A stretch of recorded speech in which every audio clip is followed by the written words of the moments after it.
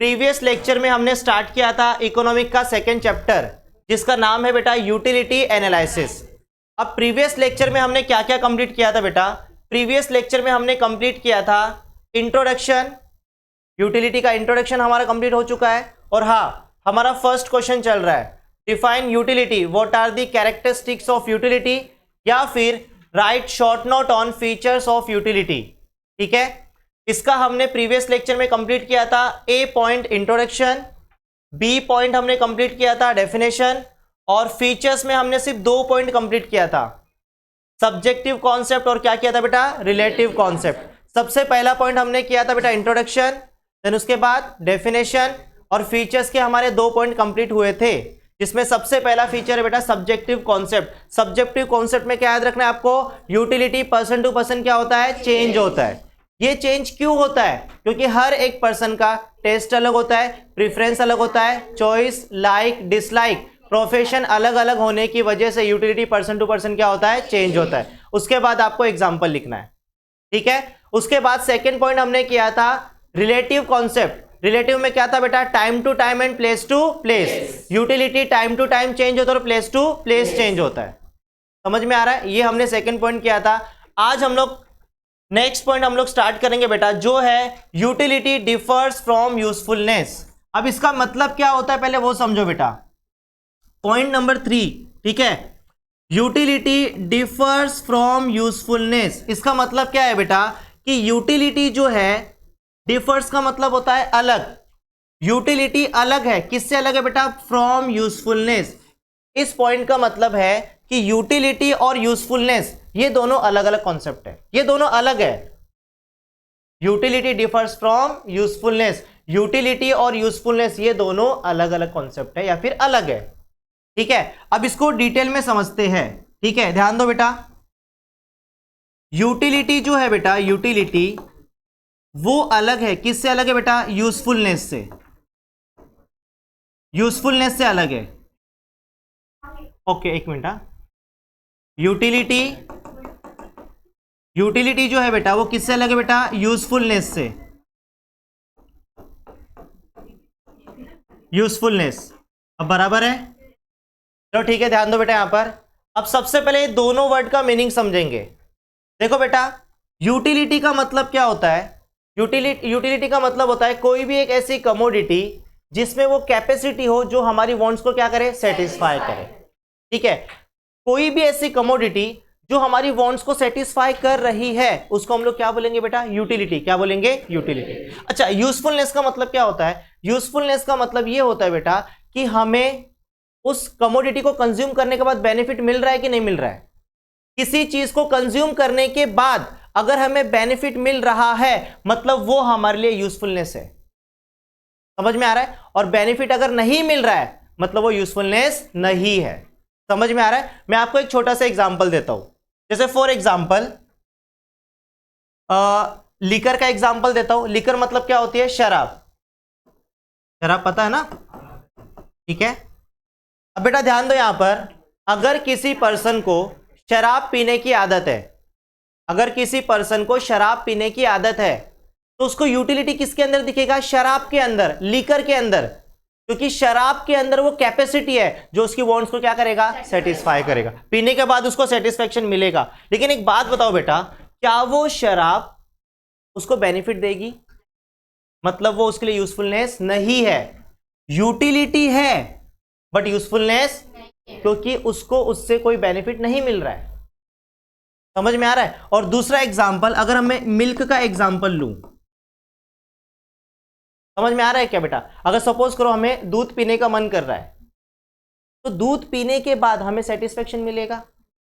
Milk के अंदर वो कैपेसिटी है जो हमारी वांट्स को क्या करेगा? सेटिस्फाई करेगा, और पीने के बाद हमें बेनिफिट भी मिलता है। मतलब वो हमारे लिए यूटिलिटी भी है और वो हमारे लिए यूजफुलनेस भी है। समझा? अब इसका मतलब क्या होता है बेटा? ध्यान से सुनो। कुछ कुछ चीजें ऐसी होती है जैसे कि शराब, कुछ कुछ चीजें ऐसी होती है जो हमारे लिए यूटिलिटी तो होती है लेकिन वो हमारे लिए यूजफुलनेस नहीं होती, और कुछ कुछ चीजें ऐसी होती है जो हमारे लिए दोनों होती है, यूटिलिटी भी होती है और यूजफुलनेस भी होती है।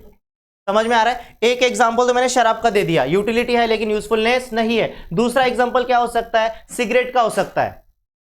अब जैसे कोई स्मोकर है जिसको सिगरेट पीने की लत लग चुकी है, तो उसको यूटिलिटी किसके अंदर दिखेगा? सिगरेट के अंदर। सिगरेट के अंदर वो कैपेसिटी है जो उसकी वांट्स को क्या करेगा? सेटिस्फाई करेगा। लेकिन पीने के बाद क्या उसको कोई बेनिफिट मिलने वाला है? क्या नहीं मिलने वाला। मतलब यूटिलिटी है लेकिन यूजफुलनेस नहीं है। समझ में आ रहा है क्या कि नहीं समझा? डाउट है? यूटिलिटी का मतलब समझा? यूजफुलनेस का मतलब बेनिफिट मिल रहा है मतलब यूजफुलनेस है, बेनिफिट नहीं मिल रहा है मतलब यूजफुलनेस नहीं है। यहां पर भी वही चीज लिखी हुई है, कुछ अलग नहीं लिखा है। ठीक है, तो यहां पर क्या लिखा है बेटा? ध्यान से देखो, utility differs from usefulness. Utility और यूजफुलनेस ये दोनों अलग है। क्या लिखा है बेटा यहां पर? Utility is the capacity of a commodity to satisfy human wants. सबसे पहले तो उन्होंने एक्सप्लेन कर दिया कि यूटिलिटी क्या होता है। जब भी आप ये पॉइंट लिखोगे तो सबसे पहले आप डिफाइन करोगे कि यूटिलिटी क्या होता है। Utility is the capacity of a commodity to satisfy human want. यहां तक याद करने की जरूरत है क्या? ये पहले से हमको आता है। उसके बाद आपको किसको डिफाइन करना है? यूजफुलनेस को। यूजफुलनेस का मतलब क्या होता है कि अगर कोई कमोडिटी हमें बेनिफिट दे रही है तो यूजफुलनेस है, बेनिफिट नहीं दे रही है मतलब यूजफुलनेस नहीं है। यहां पर क्या लिखा है बेटा? Where as. वेयर एज मतलब होता है जबकि। Whereas utility, whereas usefulness indicates value in use of the commodity. Value in use का मतलब क्या होता है? वैल्यू इन यूज का मतलब होता है अगर कोई कमोडिटी हमें बेनिफिट दे रहा है मतलब वैल्यू इन यूज है, बेनिफिट नहीं दे रहा है मतलब वैल्यू इन यूज नहीं है। समझ में आ रहा है बेटा कि नहीं समझा? यहां पर क्या लिखा है? Whereas usefulness indicates value in use of the commodity. Usefulness का मतलब होता है value in use of the commodity, मतलब वो हमारे लिए बेनिफिट, वो हमें बेनिफिट दे रही है या फिर नहीं दे रही है। समझा? याद रखना, value in use of the commodity. समझा? सबसे पहले डिफाइन करोगे यूटिलिटी क्या होता है। Utility is the capacity of a commodity to satisfy human wants. और यूजफुलनेस का मतलब क्या होता है? Usefulness indicates value in use of the commodity. Value in use of the commodity. समझा? अब उसके बाद नहीं भी समझा तो एग्जांपल दिया। एग्जांपल क्या दिया बेटा? For example milk has both utility as well as usefulness to a consumer. Consumer के लिए मिल्क दोनों है, यूटिलिटी भी है और यूजफुलनेस भी है। समझा कि नहीं समझा? मिल्क कंज्यूमर के लिए दोनों है, यूटिलिटी भी है और यूजफुलनेस भी है। आगे क्या लिखा है बेटा? आगे लिखा है वाइल, जबकि लिकर हैज, लिकर मतलब होता है शराब, while liquor has utility only to an addict, मतलब जिसको शराब की लत लग चुकी है उसके लिए जो लीकर है वो क्या है बेटा? सिर्फ यूटिलिटी है। उसको वो सिर्फ यूटिलिटी है, यूजफुलनेस नहीं है, बट हैज नो यूजफुलनेस। समझा? क्या लिखा है? समझा बेटा? while liquor has utility only to an addict, मतलब जो शराब होता है बेटा वो सिर्फ यूटिलिटी होता है जिसको शराब की लत लग चुकी है, बट हैज नो यूजफुलनेस, उसका कोई यूजफुलनेस नहीं है। यूटिलिटी है बट यूजफुलनेस। समझा? तीसरा पॉइंट क्या है? समझा बेटा? Utility differs from usefulness. सबसे पहले आप एक्सप्लेन करोगे यूटिलिटी क्या होता है। Utility is the capacity of a commodity to satisfy human want. Usefulness क्या होता है? Whereas usefulness indicates value in use of the commodity।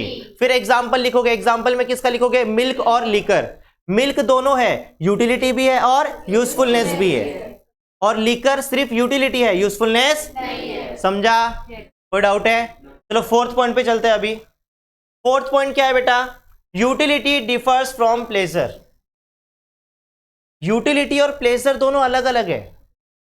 अच्छा, प्लेजर का मतलब क्या होता है? खुशी, खुशी होता है ना। प्लेजर मतलब क्या होता है? हैप्पीनेस, खुशी। समझ में आ रहा है बेटा? तो यहां पर ध्यान से सुनो बेटा, क्या लिखा है? यूटिलिटी और प्लेजर ये दोनों अलग अलग है। यूटिलिटी का मतलब क्या होता है? कोई भी एक ऐसी कमोडिटी जिसमें वो कैपेसिटी हो जो हमारी वांट्स को क्या करे? सेटिस्फाई करे। और प्लेजर का मतलब क्या होता है? खुशी या तो फीलिंग ऑफ हैप्पीनेस। ठीक है, अब ध्यान से सुनना बेटा, कुछ कुछ कमोडिटी ऐसी होती है जो हमारे लिए यूटिलिटी तो होती है लेकिन हमें कोई प्लेजर नहीं देती। समझ में आ रहा है बेटा? जैसे छोटा सा मैं आपको एग्जांपल देता हूं, जैसे फॉर एग्जांपल समझो मैं बीमार हो गया, मेरी तबीयत खराब है, तो मैं किसके पास जाऊंगा? डॉक्टर के पास। डॉक्टर के पास जाऊंगा तो डॉक्टर क्या करेगा? इंजेक्शन लगाएगा। इंजेक्शन मेरे लिए यूटिलिटी है, लेकिन खाने के बाद क्या मजा आएगा क्या? डॉक्टर को बोलूंगा एक दो और ठोक दे, होने वाला है क्या ऐसा? मतलब यहां पर समझ में आ रहा है क्या बेटा? देखो, अगर मैं बीमार हूं तो मुझे यूटिलिटी किसके अंदर दिखेगा? इंजेक्शन के अंदर, क्योंकि वो मेरी बीमारी को ठीक करेगा। इंजेक्शन के अंदर वो कैपेसिटी है जो मेरी वांट्स को क्या करेगा? सेटिस्फाई। लेकिन इंजेक्शन खाने के बाद क्या मेरे को मजा आएगा क्या? समझ में आ रहा है? मतलब इंजेक्शन मेरे लिए यूटिलिटी है, लेकिन वो कोई मुझे प्लेजर दे रही है क्या? प्लेजर नहीं दे रही है। समझ में आ रहा है? तो यहां पर इंजेक्शन ये कमोडिटी है, यूटिलिटी है लेकिन कोई प्लेजर नहीं दे रही है। दवा का भी एग्जांपल लिख सकते हो, मेडिसिन का एग्जांपल लिख सकते हो। अगर हम लोग बीमार है तो मेडिसिन हमारे लिए यूटिलिटी है, क्योंकि हमारे वांट्स को क्या करेगा? सेटिस्फाई करेगा। लेकिन खाने के बाद क्या हमें मजा आता है क्या? चॉकलेट की तरह मेडिसिन खाते हो क्या? नहीं खाते।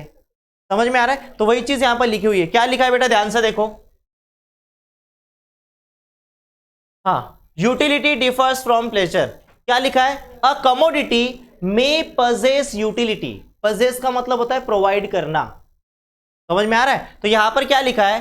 अ कमोडिटी मे पजेस यूटिलिटी, मतलब जो कमोडिटी है वो हमें यूटिलिटी तो प्रोवाइड कर सकता है, but it may not give any pleasure to the consumer. यहां पर क्या लिखा है बेटा? कुछ कुछ कमोडिटी ऐसी होती है जो हमारे लिए यूटिलिटी तो होती है लेकिन हमें कोई प्लेजर नहीं देती है।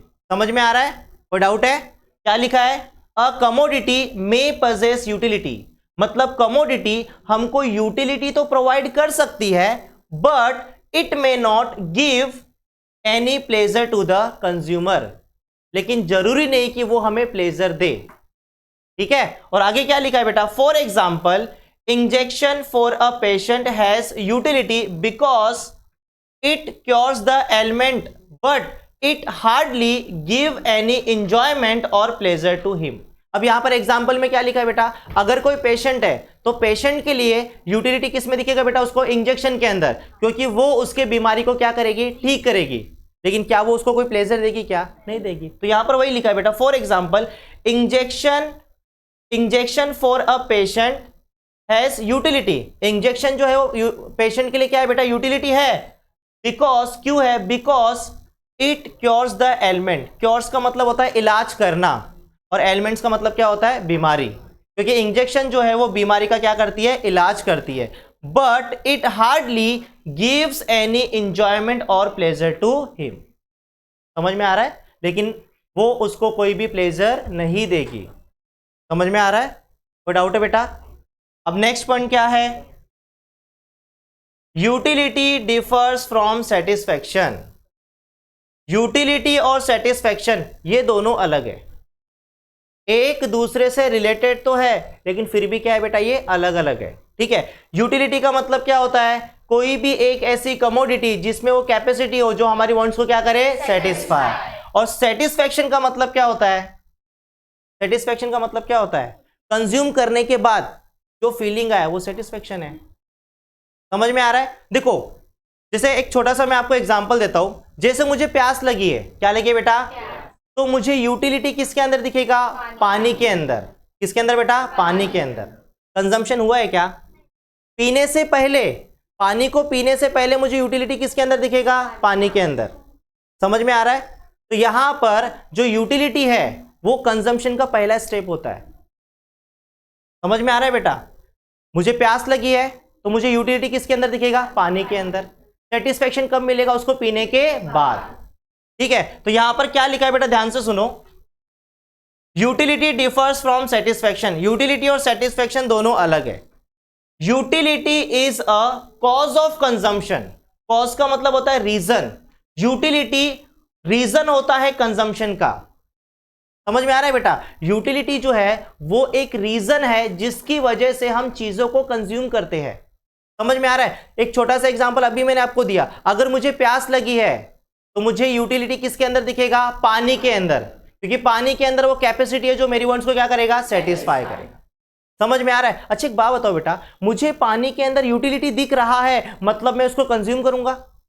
पानी के अंदर यूटिलिटी दिखा मतलब मैं उसको क्या करने वाला हूं? कंज्यूम करने वाला हूं। मुझे पानी के अंदर यूटिलिटी दिखा मतलब ये कॉज ऑफ कंजम्पशन है, कंजम्पशन करने का एक रीजन है। अगर आपको किसी चीज में यूटिलिटी दिख रहा है मतलब वो कंजम्पशन करने का क्या है बेटा? रीजन है। क्या है बेटा? रीजन। ठीक है, तो यहां पर वही चीज लिखा है, utility is a cause of consumption. Utility जो है वो कंजम्पशन का क्या होता है? कॉज। कॉज मतलब रीजन, एक रीजन होता है जिसकी वजह से हम चीजों को कंज्यूम करते हैं। कोई डाउट है? Utility is a cause of consumption, satisfaction is the end result of consumption. जो सेटिस्फैक्शन होता है बेटा वो कंजम्पशन का एंड रिजल्ट होता है। समझ में आ रहा है बेटा? कंजम्पशन के पहले हमको यूटिलिटी दिखता है और कंज्यूम करने के बाद हमको क्या मिलता है बेटा? सेटिस्फैक्शन मिलता है। समझ में आ रहा है? तो पहला पॉइंट तो क्या याद रखोगे? यूटिलिटी जो है वो कंजम्पशन करने का रीजन होता है। Utility is a cause of consumption और सेटिस्फैक्शन क्या होता है? End result of consumption. ठीक है, और आगे क्या लिखा है बेटा? They are inter related. Utility और सेटिस्फैक्शन ये एक दूसरे से इंटर रिलेटेड है, लेकिन फिर भी क्या है बेटा? ये अलग अलग कॉन्सेप्ट है। फिर भी क्या है बेटा? अलग अलग कॉन्सेप्ट। आगे लिखा भी है, क्या लिखा है? ध्यान से सुनो बेटा, यहां पर लिखा है they are inter related but still different concept. ये एक दूसरे से इंटर रिलेटेड है लेकिन फिर भी क्या है बेटा? ये अलग अलग कॉन्सेप्ट है। और आगे क्या लिखा है बेटा? For example. एग्जाम्पल में क्या लिखा है? For example a thirsty person, अगर कोई पर्सन प्यासा है, a thirsty person drinks a glass of water since water has the capacity to satisfy thrust. यहां पर क्या लिखा है बेटा? अगर कोई पर्सन प्यासा है तो वो तब तक पानी पिएगा जब तक पानी के अंदर कैपेसिटी खत्म नहीं हो जाती। समझ में आ रहा है? कोई भी पर्सन हो वो तब तक पानी पिएगा जब तक उसको पानी के अंदर क्या दिखेगा? यूटिलिटी दिखेगा। क्या दिखेगा बेटा? यूटिलिटी। समझ में आ रहा है? एक बार वो पूरी तरह से सेटिस्फाई होगा उसके बाद पानी पिएगा क्या? नहीं पिएगा। समझ में आ रहा है? जब तक पानी के अंदर कैपेसिटी है उसकी प्यास को मिटाने की तब तक वो पानी पिएगा, और एक बार उसकी प्यास मिट गई उसके बाद पीते क्या पानी? नहीं पीते। समझ में आ रहा है? तो यहां पर वही लिखा है। एग्जाम्पल में क्या लिखा है? For example a thirsty person drinks a glass of water since water has the capacity to satisfy thirst. कोई भी पर्सन अगर प्यासा है तो वो तब तक पानी पिएगा जब तक उस पानी के अंदर प्यास को मिटाने की कैपेसिटी है। कैपेसिटी खत्म तो पानी पीना भी बंद कर देंगे। क्या कभी ऐसा होता है क्या बेटा सुबह पानी पीना शुरू किया शाम तक पानी पी रहे? होता है कभी ऐसा? हम पानी कितना पीते हैं? 1 गिलास 2 गिलास या 3 गिलास, जब तक कैपेसिटी है। उससे ज्यादा पीते हैं क्या? नहीं पीते। समझा? तो आगे क्या लिखा है? ध्यान से सुनो बेटा, आगे लिखा है बेटा utility of water is the cause of consumption. हमको पानी में यूटिलिटी दिखा मतलब ये क्या है बेटा? Cause of consumption. अगर मुझे प्यास लगा है तो मुझे यूटिलिटी किसके अंदर दिखेगा? पानी के अंदर, क्योंकि वो मुझे मेरी वांट्स को क्या करेगा? सेटिस्फाई करेगा। समझ में आ रहा है? पानी के अंदर यूटिलिटी दिखा इसका मतलब मैं उसको कंज्यूम करने वाला हूं।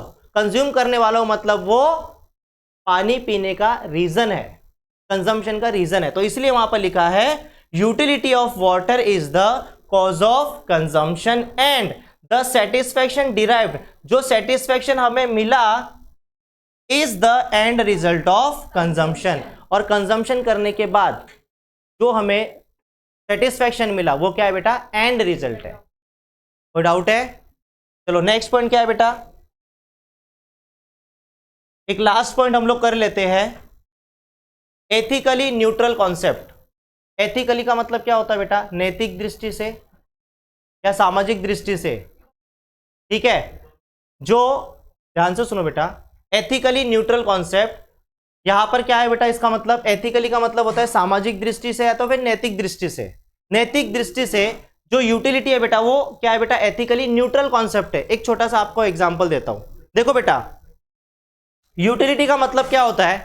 कोई भी एक ऐसी कमोडिटी जिसमें वो कैपेसिटी हो जो मेरी वांट्स को क्या करे बेटा? सेटिस्फाई करे।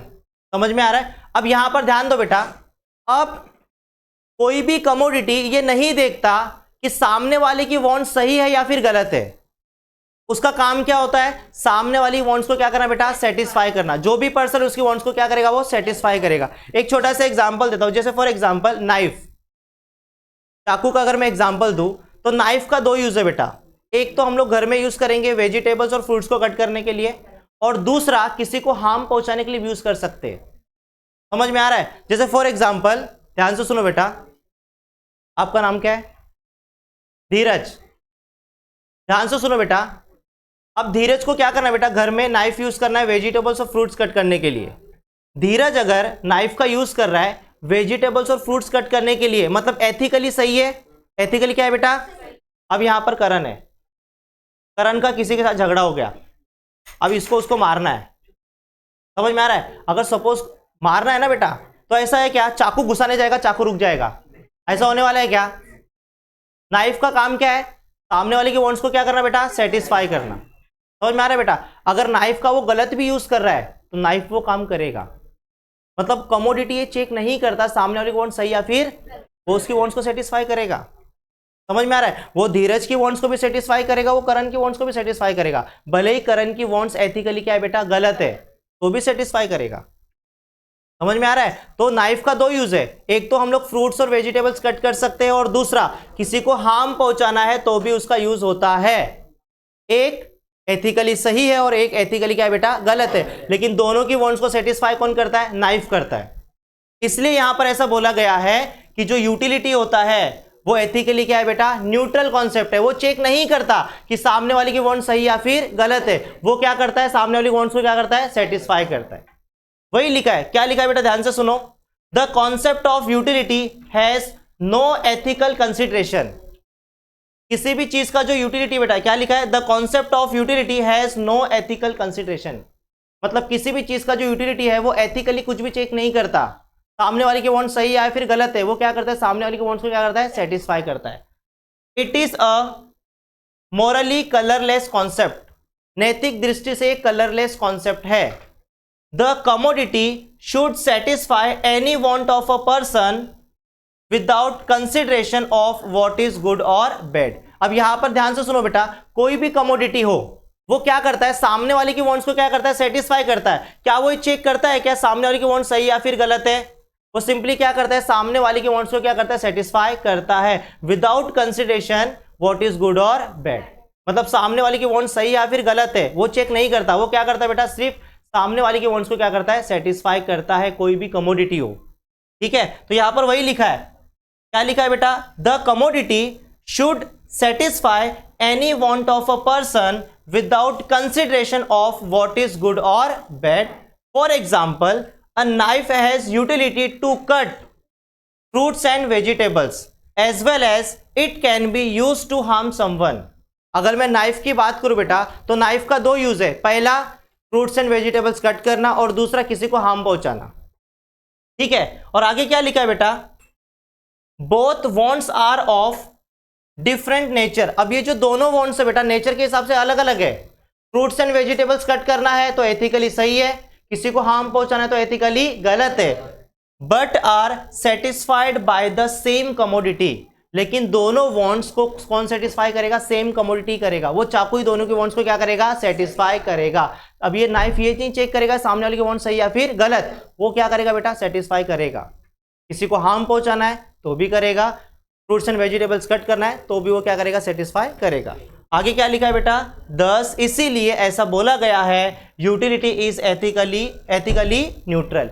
इसलिए यहां पर बोला गया है कि यूटिलिटी जो है बेटा वो एथिकली क्या है बेटा, न्यूट्रल कॉन्सेप्ट है। समझा? अब इसके बाद जो नेक्स्ट लेक्चर होगा उसमें हम लोग आगे के पॉइंट्स करेंगे, 7, 8, 9 और 10, टोटल 10 पॉइंट है।